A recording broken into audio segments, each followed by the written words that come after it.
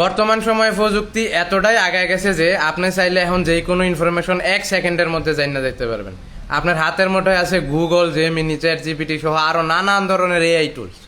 ঠিক এই মুহূর্তে আয়াও আমগো দেশে বিভিন্ন ভর্তি পরীক্ষার আগে পড়া লাগে উগান্ডার রাজধানীর নাম কি, সর কুকরিমুকরি কোথায় অবস্থিত, বেলজিয়ামের কারেন্সির নাম কি, ওই দেশের প্রেসিডেন্টের নাম কি, কোন রাজায় কি করছিল, কোন কবির জন্মসাল কবে।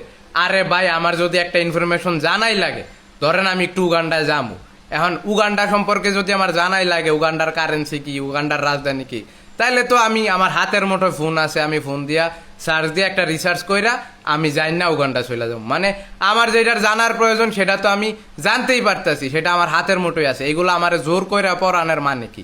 উগান্ডার রাজধানী কি এটা মনে রাখা কে কয়জনে কি করতে পারছে? পরে বেলজিয়ামের কারেন্সি কি এটা জানি না আমার লাভ কি? আমি যেদিন বেলজিয়াম যামু আমি সার্চ দিয়া জানি না লমু যে বেলজিয়ামের কারেন্সি এইটা, পরে আমি এটা ডলারের লগে কনভার্ট কইরা আমি বেলজিয়াম ঘুরে আয় ফরমু। এই যে অথর্ব পড়াশোনা, এই পড়াশোনা আমারে করানোর মানে কি? জোর কইরা এগুলো আমারে পড়াইতেছেন মেডিকেল ভর্তি পরীক্ষায়, বিভিন্ন এডমিশন টেস্টে, চাকরির ভর্তি পরীক্ষায়, চাকরির পরীক্ষায়।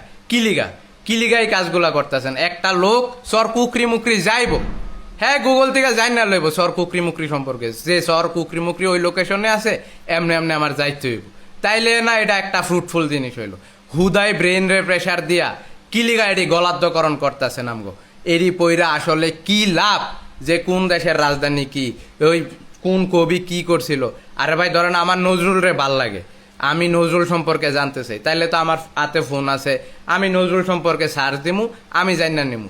যার যেটা জানতে মন চাইবো, হ্যাঁ সেটা নিজের মতো করে জানি না লইব।